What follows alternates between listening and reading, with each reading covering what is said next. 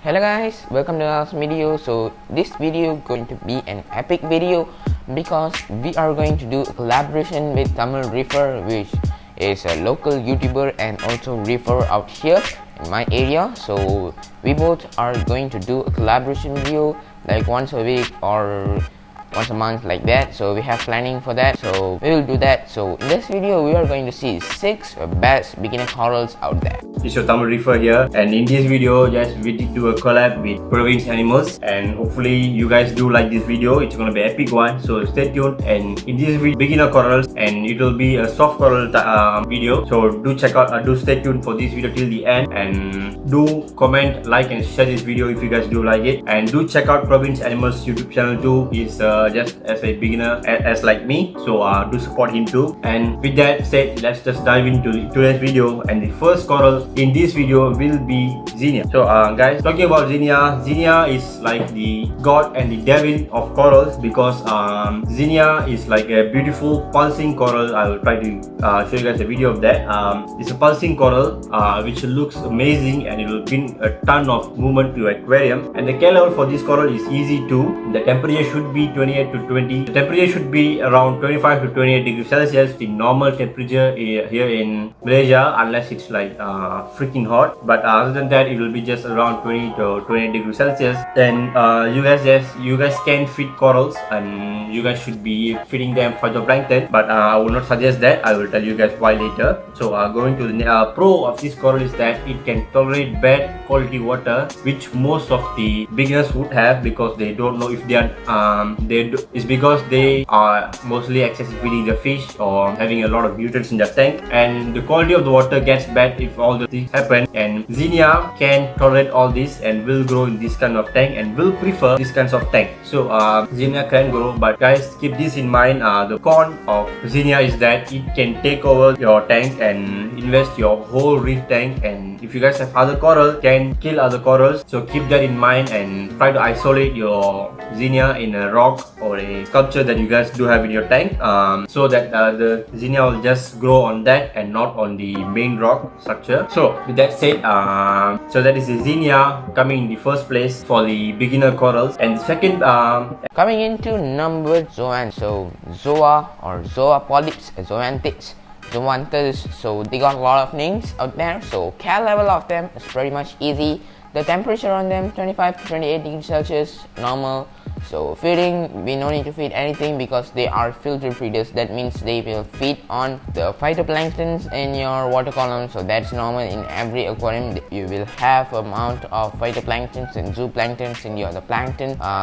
Creatures will in your water column because you have wavings, so they will create out there. So these corals feed on the phytoplanktons, but sometimes you can feed specially created amino acids to them, so that the coloration will be very beautiful, but that's not a must. So actually I got bunch of zoanthids in here. So you can see I have a people eater zoa colony, have a small colony out here. So I got set up new rock system, so I will talk it about later. So next I got the premium yellow zoa, which is a designer. So I'm now going to tell what is a designer zoa. So zoanthids have a lot of different types. So they are got some natural varieties and some of the designers. So designers are way too expensive, and the natural ones are way too low cheap. So the pros of these corals are they are very beautiful, easy to care, easy to frag, fast multiply, and cheap. So the cons will be they will release some sort of toxic, which called paleotoxin, which can cause a lot of harmful things to the human body if contact with our eyes, nose or mouth. So we no need to inhale that gas or something like the liquid coming out of its mouth. So it's very dangerous. It can cause some snoozing, some disease, like sometimes it can cause some fever also. So please make sure that wearing mask, glass and glove while fragging these corals. And the third coral is where GSP, or well known as green star polyp. This is a cute, beautiful highlight green coral which looks more like grass in a reef aquarium, and people use this coral mostly to just hide their back glass or their overflow, or to hide their overflow, which it will grow on that very pretty. So you guys can try that too. I will be trying that too. And the K level for this coral is easy too. The temperature is same, 25 to 28 degrees Celsius. It is also a filter feeder, so you guys can feed it phytoplankton. And the pro of this coral is that it's a very fast growing coral. Once it get established in your tank, keep that in mind. And the con of this coral is that it can take over your tank too. But and also it needs a lot of flow in your tank, which other soft corals don't like. So if you guys are keeping JSP, do keep that in mind. You do need a good amount of flow so that the polyps will start to extend. So coming in the number 3, it is the GSP, green star polyp. Coming into number 4, the mushroom corals. The care level on them is pretty much so easy. So this is my first coral ever I had. So next, the temperature, they are a little bit colder like corals because they are 23 to 28 degrees Celsius, so that's easy for us to keep. So the feeding on them, you can feed copper pot, the frozen or a living one, you can feed anything, but make sure that they are big. So the pros of this coral are a lot of color variation. I mean a lot. There are dozens and dozens and tons of color variations in this. I have just a single coloration because that's the cheapest I have ever seen, so I just got for 25 ringgits for that. And there are OG bounce mushrooms, so that's one of my dream coral, which they can have something like a bubble like thing on top of some of the tentacles on them. So that's our Tridacina. They got some morphized and changed to like that coral, so they are way too expensive. I have seen in my local fish store in Penang, so they sell that for 1,000 ringgits. That's awesome. Just a couple of inches of corals, way more expensive. So if you have chance to buy mushroom corals, means please go and buy some of the cheaper ones, because you can cultivate it and sell it your local fish stores and also some local reef sellers after you.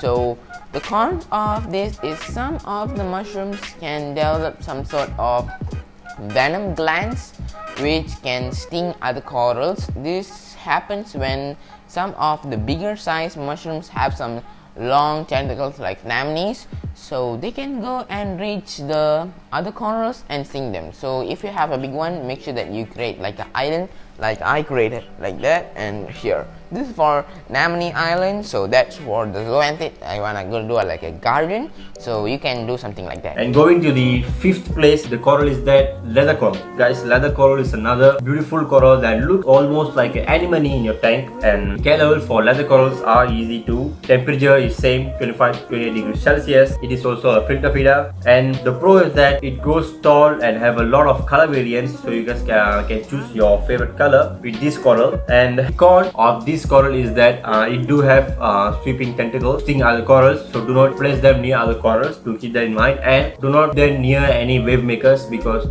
their sweeping tentacles can get stuck in the wave maker and this might hurt the coral, so do keep that in mind. And I'm pretty sure that leather corals do grow big, so if you guys do have a nano tank or something, this might be the last coral that you guys want to think of to keep, because it grows big. So the last coral for today is the clove corals. So clove corals are one of my first sustaining coral until today. So I got it 8 months ago, so he's right here. I got a single small head, but he's now this much tall and have 10 over more new polyps right there. So clove corals, our care level is pretty much so easy. The temperature on them are 25 to 28 degrees Celsius, so that's normal. The feeding on them are filter feeders. That means they will feed on phytoplankton, so we no need to feed. If you want, you can dose some phytoplanktons in your water column. So next, the pros of them are they are very fast multiplier, and they're easy to be fracked also, and they are low light corals. If you have a blue, full of blue coloration, I have white, green, blue and red, so that's why it's like a full magenta mixed color. You cannot see the actual color of the coral. That's super yellow, orange, striking, greenish, and something like a brown their body. So that's very beautiful coral you can get out there. So these are very cheap corals, so that's the pros of them, and they have some cons also. The cons also not so much compared to other corals in this list, because these corals are very hardy. So the cons of this is they are easily injured by other fishes. So actually this is not my experience. I take from a forum called Reef to Reef Cleft Corals Problem. So I just got some research, and they told that this corals easily injured by other corals or other fishes, because I got a friend called John from Canada. So he told me that his cleft corals was damaged because of his maroon clownfish, which trying to go and host that coral. So and the coral wasn't open for a couple of days, and then he was healed and opened again. So that's the only problem I haven't seen to this coral. So other than that, they are best beginner coral you can out there. So please go and check out his channel, also the Tamil Reefer channel, so you can go and check out and subscribe to his channel. So this is everything for today's video. So without delay, thank you for watching this video. Next video, until then, this is Praveen with Praveen's Animals and also Tamil Reefer. Bye bye. So guys, coming to the point where why I do not prefer feeding corals is because corals will be just fine with the light that you guys are providing. And if you guys are feeding your fishes with phytoplankton, and some of the corals are not as aggressive as other corals when it comes to feeding, so you guys might end up just increasing your nutrient content in your water. So feeding corals not necessary, but if you guys want to do that, try to spot feed your corals with a turkey baster, which might help. And do not feed a lot, just feed a little. But feeding corals do come with a plus, which is the corals will grow faster and the coloration of the corals will pop up more. But if you guys do have a good light, then the light itself will pop up the coral, so don't have to worry about that, guys. So personally, I do not prefer feeding my corals. I just leave it to the light, and the light will just provide enough energy for the corals to grow naturally. So that is what I want. So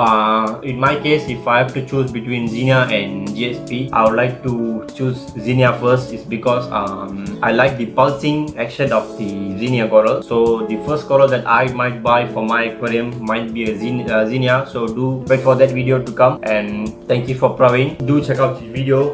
Do have a lot more going on. He do have a lot more going on than me. So do check out his channel and do show him his love. So with that said, I would like to end this video, guys, and do keep your batteries up to watch my next video. Till then, bye.